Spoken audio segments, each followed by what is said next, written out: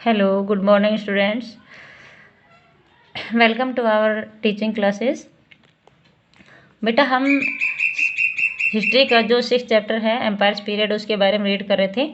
तो उसके first part में हमने विलेजेस महाजनपदों और जनपदों के लाइफ के बारे में पढ़ रहे थे। तो महाजनपदों का जो विलेजेस और सिटीज़ का जो लाइफ था उसके बारे में हमने जानकारी प्राप्त की।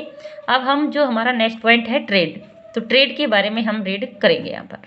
ठीक है कि महाजनपदों के अंदर जो उस टाइम ट्रेड कैसा था, कौन कौन से ट्रेड सेंटर थे और लोगों का आपस के अंदर उनका ट्रेडिंग जो रिलेशन थे वो कैसे थे। ठीक है, तो trade flourished remarkably because of increase population and the introduction of money, क्योंकि पैसे का प्रचलन हो गया था, सिक्के प्रचलन, पंच मार्केट कॉइन्स उस टाइम चलने लगे थे, इसलिए पैसे के चलन की वजह से और पॉपुलेशन बढ़ने की वजह से। ठीक है, यहाँ पर इस टाइम जो ट्रेड था बहुत ही अच्छी तरह से विकास करने लगा था। फ्लोरिश मीन्स होता है विकास करना, रिमार्केबली मीन्स होता है विशिष्ट तौर पे। ठीक है, तो बहुत अच्छे से ट्रेड चलने लगा था। The goods iron tools ports and textiles etc produced by craft people were carried far and wide by the merchants. Merchants means होते हैं व्यापारी। ठीक है, अब उस टाइम जो गुड्स बनाए जाते थे, गुड्स मीन्स होता है सामान, यानी कि जो थिंग्स हैं, चीज़ें हैं, वो कौन कौन सी बनती थी? आयरन टूल्स, आयरन के जो औजार थे वो बनाए जाते थे। पोर्ट्स मीन्स होते हैं मिट्टी के जो बर्तन हैं वो बनाए जाते थे। एंड टेक्सटाइल्स मीन्स होते हैं कपड़े या वस्त्र। अब ये जो चीज़ें हमारे देश के अंदर बनती थी इन महाजनपदों के अंदर, वो क्राफ्ट लोगों के द्वारा बनाए जाते थे। क्राफ्ट पीपल मीन्स होते हैं शिल्पकार, जो छोटे मोटे काम करते थे उनके द्वारा ये तैयार किए जाते थे।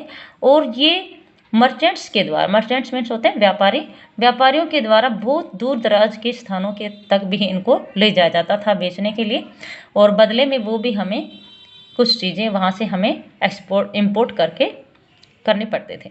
तो 10 traders required a lot of money through these economic activities. इस तरह से जो ट्रेडर्स थे उनके पास बहुत ज़्यादा पैसा हो गया था, यानी कि वो इस इकोनॉमिक एक्टिविटीज़ उनकी बहुत अच्छी हो गई थी। इस इकोनॉमिक एक्टिविटी के कारण उनको बहुत ज़्यादा पैसे मिल गए थे। इसके अंदर जो जो विदेश दूर दराज के स्थानों के अंदर जो चीज़ें बेचने के लिए जाते थे, तो उनकी इकोनॉमिक एक्टिविटीज़ हैं, उनकी वजह से उनकी जो इकोनॉमिक कंडीशन है बहुत अच्छी हो गई थी, उनके पास बहुत ज़्यादा धनराशि अचीव हो गई थी। तो coins of silver and copper were used for trading which led to an increase in trade. तो उस टाइम जो कॉइन्स हैं वो सिल्वर और कॉपर के बना दिए गए थे, यानी कि जो मेटल के जो पंच मार्केट कॉइन बनाए गए थे वो सिल्वर और कॉपर के बनाए गए थे, गोल्ड के उस टाइम प्रचलन में नहीं थे। तो ये इस व्यापार को बढ़ावा देने के लिए बहुत ही हेल्पफुल थे। तो these coins were called punch marked because lumps of metal were punched with figures of hills, peacock, trees etc. अब इन सिक्कों को पंच मार्केट कॉइन्स कहा गया। क्यों कहा गया? क्योंकि जो मेटल की जो लंप था, मेटल के जो ढेला होता था उसके ऊपर पंच कर दिया जाता था। पंच मीन्स उसके ऊपर एक ठप्पा मार दिया जाता था, जिसके ऊपर कुछ फिगर्स बनी होती थी उसके पंच के ऊपर। वो कौन सी? हिल्स, पीकॉक्स, ट्रीज इस इत्यादि की कोई भी पिक्चर होती थी, और उस पिक्चर को एक मोहर के रूप में, जैसे कि आज हम स्टैंप वगैरह लगाते हैं, इसी तरह से उस टाइम इन मेटल के लम्प्स के ऊपर एक पंच कर दिया जाता था, जिसके वजह से उसके ऊपर वो छप जाते थे।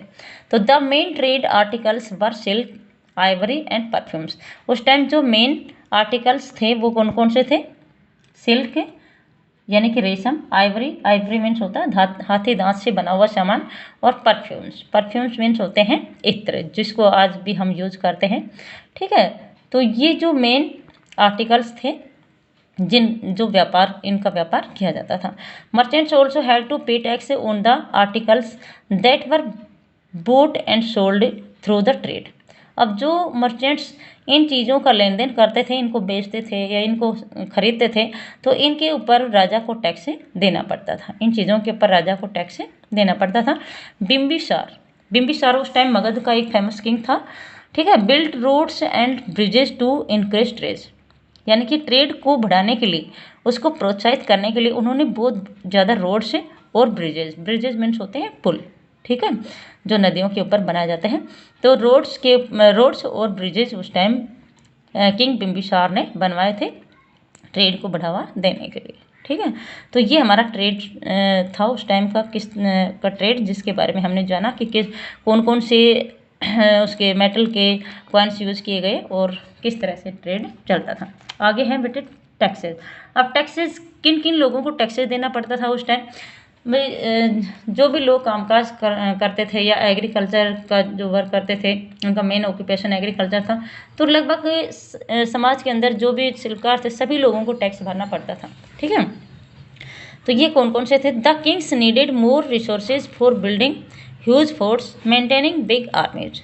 अब जो राजा थे उनको ज़्यादा से ज़्यादा किला बंदी करनी होती थी, यानी कि किलों का और बहुत बड़ी आर्मी का मेंटेनिंग करना होता था, प्रबंधन करना होता था।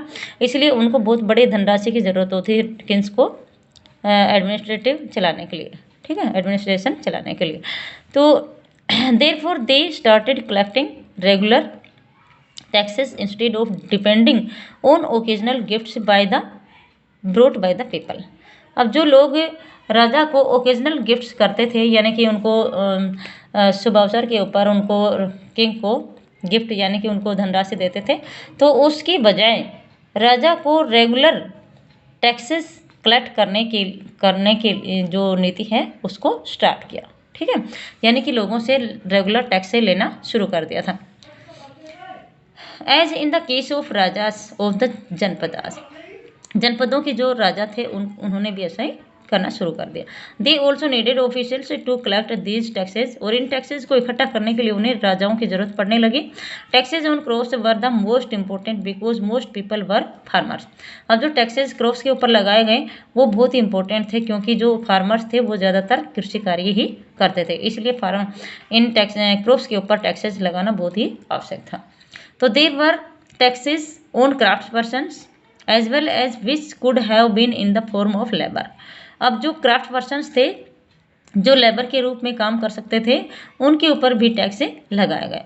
ठीक है, वो अपने लेबर के रूप में वो अपना टैक्स पे करते थे। जैसे कि फॉर एग्जांपल दे रखा है यहाँ पर, जैसे कि किसी वर्कर को कोई टैक्स पे करना होता था तो उसे 1 महीने के अंदर 1 दिन राजा का काम करना होता था, पूरा दिन बिना किसी वेतन के उस राजा का कोई वर्क है उसको दे दिया जाता था। तो जैसे कि एक craft worker may have had to work for a day every month for the king. Herders had to pay taxes in the form of animals and animal products. अब जो हर्डर्स थे उस टाइम, हर्डर्स मीन्स होते हैं चरवाहे, जो अपने पशुओं को चराते थे, पशुपालन करते थे। ठीक है, उन्हें भी अपना टैक्स पे करना पड़ता था। जैसे एनिमल्स या एनिमल प्रोडक्ट्स, पशुओं के रूप में या पशुओं का जो प्रोडक्ट होता था उनसे पशुओं से जो घी दूध वगैरह कोई भी चीज़ें मिलती थी तो उनसे वो किंग का टैक्स है वो पे करते थे। The hunters and gatherers also had to provide forest produce to the king.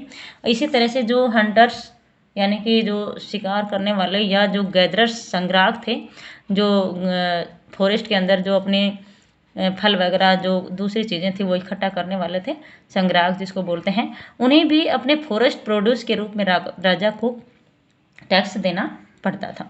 ठीक है, इस तरह से टैक्सेस है वो लगभग सभी को पे करना होता था, चाहे वो किंग हो, चाहे वो फार्मर हो, चाहे वो क्राफ्ट पर्सन हो, चाहे वो हंटर गैदरर्स हो, चाहे वो हर्डर्स हो, सभी को देना पड़ता था। अब आगे है क्राफ्ट्स मीन्स उनके जो शिल्प हैं, उनके जो कामकाज हैं वो कौन कौन से थे। तो main craft during this period were chariot making. अब इस टाइम की जो मेन क्राफ्ट थे वो कौन से हैं? चैरिट मेकिंग मीन्स उन लोगों के कामकाज कौन से? एक तो रथ बनाना, चैरिट मीन्स होता है रथ। तो पहले के टाइम में आपने देखा होगा रामायण महाभारत में भी रथों का प्रयोग होता था जिसको घोड़े खींचते थे, तो उस टाइम रथ बनाते थे, तो ये भी एक बहुत बड़ा कामकाज था। कार्ट मेकिंग मीन्स होता है छकड़ा गाड़ी, जो जिसके अंदर सामान को इधर उधर ले जाया जाता था, वो बनाते थे। मेटल वर्क या मेटल का धातु का काम करने वाले थे। एंड वीविंग मीन्स होता है कताई बुनाई का काम करना। ये सब कामकाज उस टाइम किए जाते थे। This period was characterised by the settlements using specially pottery known as NBPW। अब इस टाइम एक बहुत ही विशेष प्रकार के यानी कि इस टाइम का जो सेटलमेंट्स था, सेटलमेंट्स मीन्स होता है निवास स्थान, जो निवास था वो एक विशेष, उसकी एक विशेषता थी। और वो विशेषता क्या थी?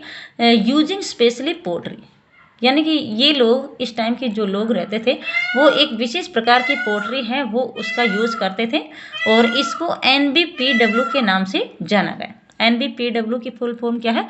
नॉर्दर्न ब्लैक पॉलिश्ड वेयर, यानी कि उत्तर के जो ब्लैक पॉलिश किए हुए जो बर्तन होते थे, वेयर मीन्स होते हैं बर्तन, ठीक है, उनका ये लोग प्रयोग करते थे। इसलिए इनकी एक बहुत अच्छी करेक्टराइज थी, इनकी विशेषता थी, इनके कारण इनको जाना जाता था।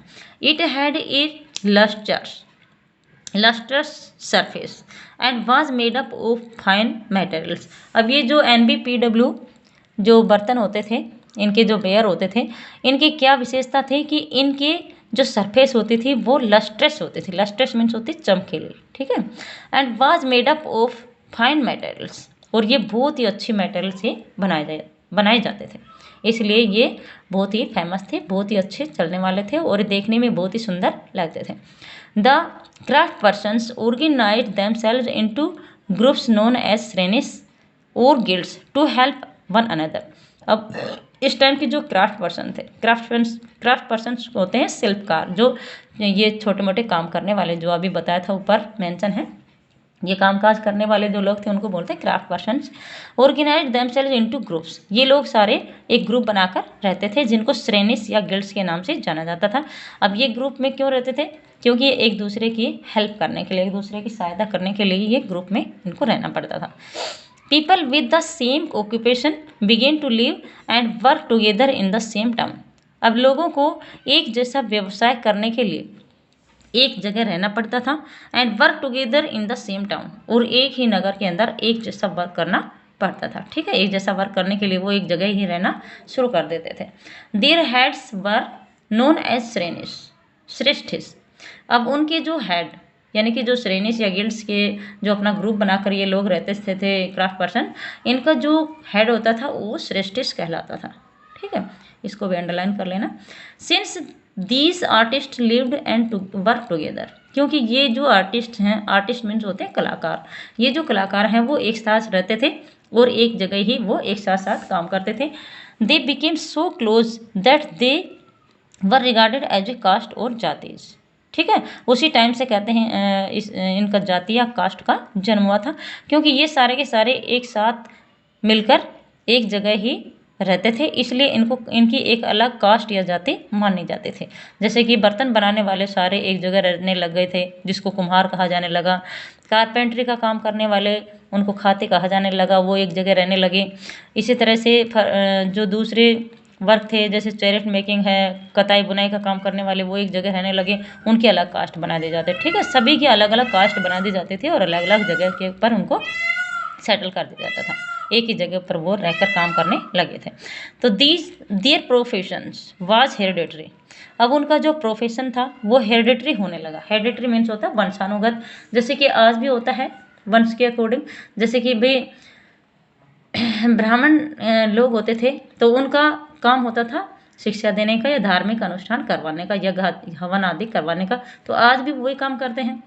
जैसे कारपेंट्री का जो वर्क होता था, उसके पास में कोई बच्चा पैदा होता है तो वो बड़ा होकर वो कारपेंटर ही बनता था। कुम्हार का बेटा होता था जो बर्तन बनाते थे, तो उनका जो बच्चे होते थे वो भी आगे वो बर्तन ही बनाने के काम करते थे। इस तरह से जो उनका प्रोफेशन था वो हेरिडेटरी था। हेरिडेटरी मीन्स होता है वंशानुगत, एक वंश से दूसरे वंश को। तो दे ऑल्सो हैड टू पे टैक्सेस टू द किंग, उनको राजा को टैक्स भी पे करना होता था, ठीक है। यानी कि कहने का मतलब है कि उस टाइम जो भी क्राफ्ट पर्सन्स थे उन सभी को राजा को टैक्स देना होता था। बेटे हमारा नेक्स्ट पॉइंट है सोसाइटी, ठीक है। तो सोसाइटी, उस टाइम के लोगों का सोसाइटी कैसा था, किस तरह से लोग कितने कास्ट में, उनके वर्ण व्यवस्था कैसे थी, उनके बारे में हम जानकारी प्राप्त करेंगे। तो gradually distinct laws were made for each caste, धीरे धीरे जो प्रत्येक कास्ट के लिए अलग अलग तरह के लॉज या अलग अलग कानून बना दिए गए, उनके नियम बना दिए गए थे। These were recorded by Brahmins. अब ये जो लॉज हैं जो समाज के लिए बनाए जाते थे हर एक, many laws were sorry these were recorded by the Brahmins, और ये जो लॉज बनाए जाते थे कास्ट के लिए, ये सारे के सारे ब्राह्मणों के पास इनका रिकॉर्ड होता था। वो अपने इसके अंदर इनको लिख लेते थे कि कौन कौन से लॉज जो इन समाज के लिए बनाए जाते थे। Many laws were very rigid and discriminatory, such as people of one caste could not eat with the other caste nor could they marry outside their caste. अब कुछ लॉज तो जो ये इन कास्ट के लिए बनाए जाते थे वो बहुत ही रिजिड थे। रिजिड मीन्स होते हैं कठोर, ठीक है, इनका पालन करना बड़ा ही मुश्किल होता था। डिस्क्रिमिनेटरी मीन्स होता है भेदभाव वाले, यानी कि हर एक कास्ट के साथ में उनके भेदभाव करने वाले लॉज बना दिए जाते थे।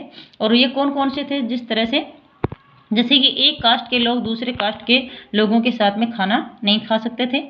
Nor could they marry outside their caste, और न ही वो अपने कास्ट के अलावा दूसरी कास्ट से शादी कर सकते थे, दूसरी कास्ट के लोगों से शादी कर सकते थे, ठीक है। तो उस टाइम कास्ट डिस्क्रिमिनेशन किया जाता था, जैसे कि आज भी होता है।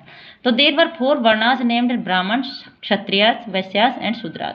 उस टाइम भी 4 वर्णास थे। वर्णास मीन्स 4 समाज के अंदर जो सोसाइटी है वो 4 वर्णास में डिवाइड था। वर्णास मीन्स होते हैं कास्ट या उनके जाति, ठीक है।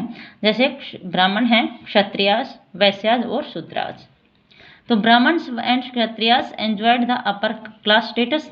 उस टाइम जो ब्राह्मण और क्षत्रिय थे वो अपर क्लास का एंजॉय करते थे, यानी कि उनको सबसे ऊंचा दर्जा मिला हुआ था। And Vaishyas were in trade and agriculture, लेकिन जो वैसे लोग थे उनको ट्रेड और एग्रीकल्चर का वर्क है वो करना पड़ता था, ठीक है। उनका काम मेन होता था खेती बाड़ी काम करना और व्यापार का काम करना। The Shudras and landless farmers had to serve the other 3 groups. अब जो शूद्रास और लैंडलेस फार्मर्स होते थे, लैंडलेस मीन्स होते भूमिहीन जो किसान थे, उनको जो 3 अपर 3 कास्ट थे उनकी सेवा करनी पड़ती, उनके पास में उनको कामकाज करना पड़ता था। Outside these 4 there was a 5th group of untouchables who were treated even lower in position than the Shudras। इनके अलावा इन चारों के अलावा एक 5th ग्रुप भी होता था जिसको अनटचेबल्स कहा जाता था। अनटचेबल्स मीन्स होते हैं अछूत लोग, जिनको छुआ नहीं जा सकते, ठीक है। who were treated even lower in position than the Shudras। वो उनकी पोजीशन वो शूद्रों से भी, जो शूद्र होते थे ना, सबसे जो बिलो कैटेगरी के, बिलो कास्ट के लोग होते थे, उनसे भी निम्न स्थान उनको मिलता था। और उनके साथ में बहुत ही यानी कि बहुत ही लोअर ग्रेड वाला उनके साथ में ट्रीटेड किया जाता, व्यवहार किया जाता। उनके साथ में बड़ा ही बदसलूकी से व्यवहार किया जाता था। यदि कोई पर्सन उनके साथ में टच हो जाता था तो उनकी वो पिटाई करते थे या उनसे वो बहुत ही दूरी बनाकर रहते थे, ताकि वो उनके जैसे कि वाशरमैन थे या caste came to be known as by birth. अब जो कास्ट थे वो बर्थ के द्वारा जाने जाते थे। The family remained the basic unit of the society. और जो फैमिली है इस टाइम सोसाइटी की बेसिक यूनिट के नाम से जाना जाता है। पॉइंट हमारा है रिलीजन बेटा, ठीक है। तो रिलीजन उस टाइम कौन कौन से रिलीजन सोसाइटी के अंदर प्रचलन में थे? Stories about the heroes of earlier times were composed in the form of a long poems and became popular. अब उस टाइम जो हीरोज थे, हीरोज मीन्स जो साहसी नायक जो पर्सन थे, उनकी जो स्टोरीज हैं वो पोएम्स के रूप में कंपोज करके बनाए जाते थे, ठीक है। कंपोज का मतलब उनकी रचना की जाती थी, उनको बनाया जाता था और वो बहुत ही फेमस यानी कि लोकप्रिय थी। बिकेम पॉपुलर, पॉपुलर मीन्स होता है लोकप्रिय, बहुत ही उस टाइम फेमस थी ये। The some of these stories were put together into one even longer poem and such poems are called epics. अब ये जो स्टोरीज हैं ये कई स्टोरीज जो पोएम के रूप में लिखी जाती थी, इनको एक बहुत ही लंबी पोएम के रूप में बना दिया जाता था, ठीक है। और इस तरह से जो लॉन्ग नैरेटिव पोएम होती है उसको एपिक्स के नाम से जाना जाता है, ठीक है। एपिक्स मीन्स होता है महाकाव्य, जो बहुत ही बड़ा पुरुष के जीवन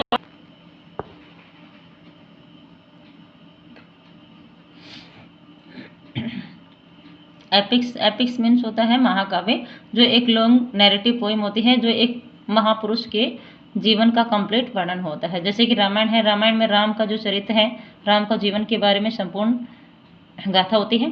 एंड द महाभारत, रामायण और महाभारत, ठीक है, ये भी एपिक्स है। Revolutionary developments in the area of religion in this period give rise to 2 new religious groups. अब इस टाइम इस एरिया के अंदर जो रिवोल्यूशनरी डेवलपमेंट्स यानी कि जो रिलीजन इस पीरियड के अंदर, इस काल के अंदर जो रिलीजन है उसमें एक क्रांतिकारी परिवर्तन यानी कि विकास देखने को मिला, क्रांतिकारी विकास देखने को मिला। बहुत कई रिलीजन के अंदर उनमें डेवलपमेंट किया गया। Rise to 2 new religious groups, और इसके अंदर 2 नए धार्मिक समूहों का उदय हुआ, और वो कौन से हैं? बुद्धिज्म और जैनिज्म, बौद्ध धर्म और जैन धर्म का उदय हुआ। Both of the groups laid great importance on right conduct and non violence ahimsa. दोनों ही समूह के जो दोनों ही धर्मों के जो समूह थे उनका बहुत ही बड़ा इम्पोर्टेंस था, जैसे कि right conduct and non violence. इन दोनों का ही एक जो मेन जो इनकी टीचिंग थी वो कौन सी थी? Right conduct. Right conduct means सही आचरण करना, and non violence, non violence means होती है अहिंसा, जो किसी जीव को न सताना या न मारना, ठीक है। इन दोनों की ये मेन टीचिंग्स थे। अब नेक्स्ट है बेटे कुछ महाजनपद बहुत इंपॉर्टेंट थे, अब उनके कुछ करेक्टरिस्टिक्स हैं और वो कौन कौन से हैं उनके बारे में रीड करेंगे। जैसे मगध और बज्जी, इन दो के बारे में हम यहाँ पर एक्सप्लेन करेंगे। मगध की कौन कौन सी करेक्टरिस्टिक थे। मगध जो आज प्रेजेंट बिहार के अंदर है, became the most important and powerful mahajanapada in about 200 years because of the following reason. अब ये जो महाजनपद है बहुत ही इंपॉर्टेंट और पावरफुल बन गए थे। कुछ एक रीजन हैं, उनके कौन कौन से रीजन हैं जिनकी वजह से ये बहुत ही पावरफुल बने थे। तो एक तो Magadha had a large deposits of iron और which was used to make agricultural equipments, strong tools and weapons of war. अब जो मगध है उसके अंदर बहुत बड़े आयरन ओर मीन्स होता है लो आयस के बहुत बड़े बड़े भंडार थे, जो जिनसे एग्रीकल्चरल इक्विपमेंट यानी कि जो कृषि के जो औजार थे, यंत्र थे, या उसके जो टूल्स थे, या जो युद्ध के अंदर जो वीपन्स प्रयोग किए जाते, वीपन्स मीन्स होते हैं हथियार, युद्ध के अंदर जो हथियार प्रयोग किए जाते थे वो बनाए जाते थे। इस तरह से इसका बहुत बड़ा डेवलपमेंट हुआ। नेक्स्ट क्या है? The forest of Magadh provided timber to build houses, forts, carts and chariots. Next point है कि जो मगध का जो फॉरेस्ट है उसके अंदर बहुत ज़्यादा टिम्बर्स मिल जाते हैं। टिम्बर्स मीन्स होती है इमारती लकड़ी, यानी कि जो ज़रूरत की लकड़ियाँ हैं वो वहाँ पर प्राप्त हो जाती हैं, जैसे कि हाउस बनाने के लिए, फोर्ट्स किले बनाने के लिए, कार्ट्स गाड़ी वगैरह बनाने के लिए, और चैरियट्स रथ वगैरह बनाने के लिए इनसे लकड़ियाँ अब प्रोवाइड कर हो जाते थे। Many rivers such as the Ganga and Son flowed through Magadh which were important for transport, water supplies and making the land fertile. अब यहाँ पर बहुत सी कुछ नदियाँ हैं जो बहुत ही फेमस थी और यहाँ पर बहती थी, जैसे गंगा और सोन नदियाँ इन मगध के बीचों बीच बहती थी। अब इनकी वजह से यहाँ पर जो ट्रांसपोर्ट सिस्टम, वाटर सप्लाईज के साथ साथ में ये इस एरिया की जो लैंड थी उसको बहुत ही फर्टाइल बना देते थे, ठीक है। नदियों के आसपास का जो क्षेत्र था वो बहुत ही फर्टाइल हो जाता था, जिससे यहाँ पर कृषि उपज बहुत ज़्यादा भर जाते थे। Elephants which lived in the forest could be captured and trend for the army. जो हाथी यहाँ पर इन जंगलों के अंदर रहते थे उनको पकड़ लिया जाता था और उनको आर्मी के लिए बहुत ट्रेंड कर दिया जाता था, ठीक है। इस वजह से भी यहाँ पर बहुत ज़्यादा डेवलपमेंट होने लगा। Magadh had A booming trade with other regions and profits from trade also helped the king to maintain a large army। Magadh के पास एक यानी कि मगध ने ट्रेड जो क्षेत्र था उसके अंदर भी बहुत बड़ी धूम मचा दी थी। बूमिंग मीन्स होता है धूम मचाना, यानी कि उसको बहुत ज़्यादा बढ़ावा दे देना। विद अदर रीजन्स, दूसरे क्षेत्रों के साथ में इन्होंने बहुत अच्छा ट्रेड शुरू कर दिया था। And profits from trade also help the king maintain a large army. अब राजा को ट्रेड से बहुत बड़ा प्रॉफिट मिलने लगा और इस वजह से ट्रेड के रूप में जो टैक्सेस वगैरह मिलता था उससे राजा बहुत बड़ी आर्मी का मेंटेन करने लगा था, उसका प्रबंधन भी करने लगा था। Magadh was protected by nature such as hills. अब मगध के चारों तरफ नेचर की जो हिल्स हैं, पहाड़ियाँ हैं, वो चारों तरफ हैं जो इसको बचाती हैं, हर तरह से इसका प्रोटेक्शन करते हैं। बचाव करती है।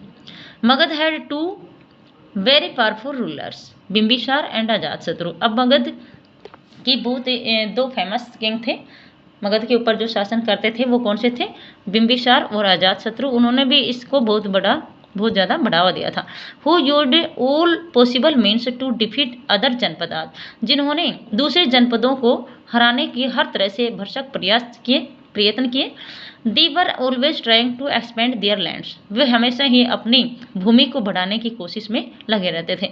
महापद्म नंद was another important ruler.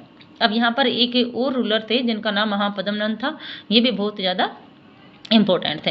He extend his control up to the north west part of the subcontinent, और उन्होंने भी अपना जो कंट्रोल था यानी कि अपना नियंत्रण था वो इस सबकॉन्टिनेंट के वेस्ट नॉर्थ पार्ट के तक उन्होंने अपना विस्तार बढ़ा लिया था, यानी कि अपने साम्राज्य का विस्तार कर लिया था। राजगृह जो कहाँ पर है, प्रेजेंट डे जिसको राजगीर के नाम से जाना जाता है, और ये प्रेजेंट डे में बिहार के अंदर है। ठीक है। Was the capital of Magadh, ये मगध की कैपिटल थी जिसको हम पहले ही पढ़ चुके हैं। फॉर सेवरल ईयर्स, कई सालों तक ये मगध की कैपिटल के रूप में रही थी। The capital was shifted to Pataliputra, present day Patna. अब जो कैपिटल है पहले राजगृह थी, उसको शिफ्टेड करके कहाँ पर बना दिया था, पाटलिपुत्र बना दिया था। और पाटलिपुत्र कहाँ पर है, पटना के अंदर। बिहार की जो कैपिटल है पटना, उसके अंदर ये पाटलिपुत्र है। More than 2300 years ago, a ruler named Alexander who lived in Macedonia in Europe। अब 2300 सालों पहले से भी ज़्यादा पहले एक रूलर जिसका नाम अलेक्जेंडर था, और वो कहाँ का निवासी था, यूरोप में मकदूनिया का रहने वाला था। ठीक है ना, यूरोप के अंदर जो मकदूनिया देश है उसके अंदर रहने वाला था। Wanted to become a world defeater, वो अपने आप को एक वर्ल्ड को, संसार को जीतने वाला बनना चाहता था, यानी कि संसार के ऊपर विजय हासिल करना चाहता था। He came to the Indian subcontinent, यानी कि दूसरे देशों के ऊपर जीत हासिल करता हुआ वह हमारे देश के अंदर भी उसको जीतने के लिए आ रहा था। Reaching up to the banks of the Beas, और हमारे देश को जीतने के लिए उन्होंने वो ब्यास जो नदी है उसके किनारे तक वो पहुंच गया था। But he soldiers refuse to march further eastwards, लेकिन उसके जो सोल्जर्स हैं उन्होंने पूर्व की तरफ से आगे बढ़ने से मना कर दिया था, इनकार कर दिया था। क्यों कर दिया था, they were afraid because they had heard that the rulers of India had vast armies of foot soldiers, chariots and elephants. क्योंकि उनके जो सोल्जर्स हैं वो डर गए थे ये समाचार सुनकर कि हमारे देश के, यानी कि इंडिया के जो रूलर्स हैं, इंडिया के जो राजा हैं, उनके पास में एक बहुत बड़ी आर्मी है। और आर्मी के अंदर कौन कौन से किस तरह की आर्मी शामिल थी, फुट सोल्जर्स पैदल सैनिक, चैरियट रथ के ऊपर सवार, एंड एलिफेंट्स और हाथी के ऊपर सवार होने वाली जो आर्मी है वो सारी की सारी आर्मी राजाओं इंडिया के जो रूलर्स हैं, किंग्स हैं, उन सब के पास में विद्यमान है। इसलिए हम उनको जीत पाना हमारे लिए बड़ा ही मुश्किल काम है, इसलिए उन्होंने आगे बढ़ने से इनकार कर दिया। तो Magadh continue to remain powerful under the rule of the Mauryan kings. इस तरह से जो मगध है वो मौर्यन किंग्स के अंडर में बहुत पावरफुल महाजनपद बन गया था। ठीक है। और ये क्या नाम था इसका, जो मकदूनिया से आया था ये वापस ही अपने सैनिकों को लेकर चला गया था यहाँ की प्रसिद्धि सुनकर। According was to Hindu Mahabharata Brihadratha the first ruler of Magadh. कहते हैं कि महाभारत के अकॉर्डिंग, जो हिंदू महाभारत है उसके अकॉर्डिंग जो बृहद्रथ हैं वो मगध के फर्स्ट रूलर माने गए थे। Mahapadmananda is also known as the second Parshuram, और महापद्मनंद को सेकंड परशुराम के नाम से भी जाना जाता था, क्योंकि उन्होंने परशुराम की जैसी ही शिक्षा दीक्षा दी थी और परशुराम के जैसा ही बहुत ही बड़ा एक्सपीरियंस्ड पर्सन थे महापद्मनंद। ठीक है, उस टाइम के। आगे बढ़ते हैं हम। वज्जी है, ये भी एक फेमस महाजनपद था और इसका भी बहुत डेवलपमेंट हुआ था उस टाइम। तो Vajji was under a different type of government cold जना। अब वज्जी का भी एक बहुत अच्छी गवर्नमेंट के अकॉर्डिंग इसका राज का चल रहा था, जिसको जना कहा जाता था। ठीक है, जना means king. It is used for a group that has many members. जना, जना मीन्स पहले किंग को की उपाधि दी जाते थे, लेकिन यहाँ पर जना कुछ लोगों का एक समूह बना दिया जाता था जो मेन होते थे, ठीक है। It is used for a group that has many members, जिसके अंदर कई समूह, इस समूह के अंदर कई मेंबर्स होते थे। और संघ, या इसको संघ भी कहा जाता है। एन ऑर्गेनाइजेशन और एसोसिएशन, संघ होते हैं एक ऑर्गेनाइजेशन, ऑर्गेनाइजेशन मीन्स होती है संगठन, और एसोसिएशन मीन्स होती है यानी कि उसकी सभा, ठीक है। संघ जिसको बोलते हैं, इसको ऑर्गेनाइजेशन, संगठन। When Magadh became a powerful kingdom, जहाँ पर मगध है वो एक बहुत ही पावरफुल किंगडम था। वैशाली जो बिहार के अंदर है, वाज इट्स कैपिटल, उस टाइम वज्जे की जो कैपिटल है वो वैशाली थी। With other important towns such as हातिगामा,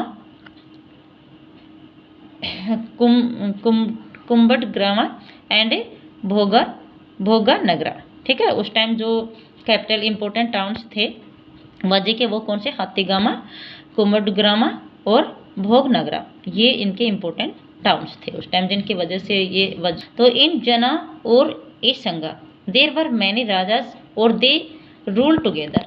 Jinnah's के अंदर या संघ के अंदर बहुत से राजा होते थे जो एक साथ शासन करते थे, साथ शासन करते थे, किसी इनको चलाते थे, इनके ऊपर शासन करते थे।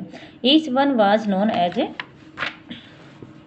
एज द किंग, और प्रत्येक महाजन, प्रत्येक सिटी या प्रत्येक नगर के ऊपर शासन करने वाले किंग को, पर्सन को किंग कहा जाता था।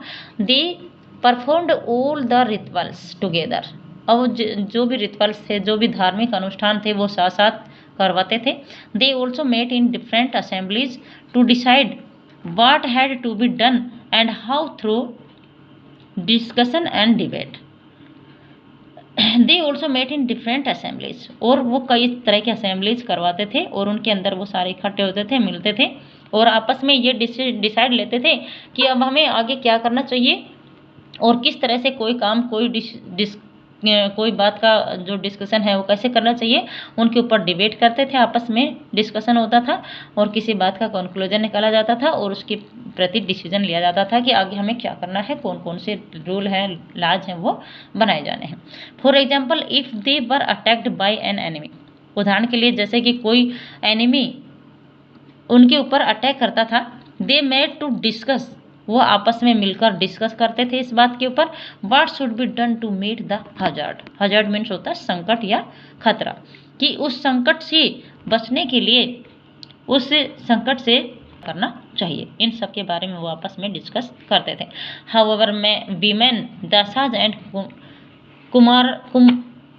कुम्भकाराज, ठीक है, कुम्भकाराज होते हैं बेटे लैंडलेस एग्रीकल्चरल लेबरर्स, जो हाउएवर वीमेन, दासाज एंड कमाकाराज होते हैं लैंडलेस एग्रीकल्चरल लेबरर्स, जो भूमिहीन किसान होते थे, जो मजदूरी करते थे।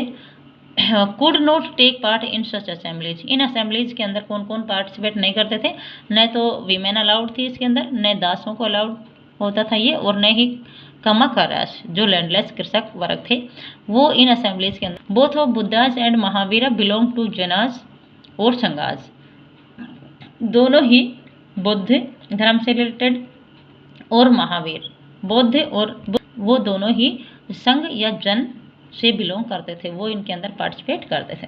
Some of the most vivid descriptions of life in the sanghas can be found in some Buddhist books, अब कुछ बुद्धिस्ट इन संघों के लाइफ के बारे में, विविड मीन्स होते हैं इनके ज्वलंत, इनके विवरण मिलते हैं इन बुकों के अंदर, कि उस टाइम जो इन संघों का, इन जनों का, इन संघ के अंदर और लोग किस तरह से अपना लाइफ स्पेंड करते थे, वो सारा का सारा विवरण या उनका वर्णन बुद्धिस्ट बुक्स, जो बौद्ध धर्म की जो धार्मिक पुस्तकें हैं उनके अंदर इनका वर्णन मिलता है, ठीक है, उनके अंदर हमें इनको पढ़ना चाहिए।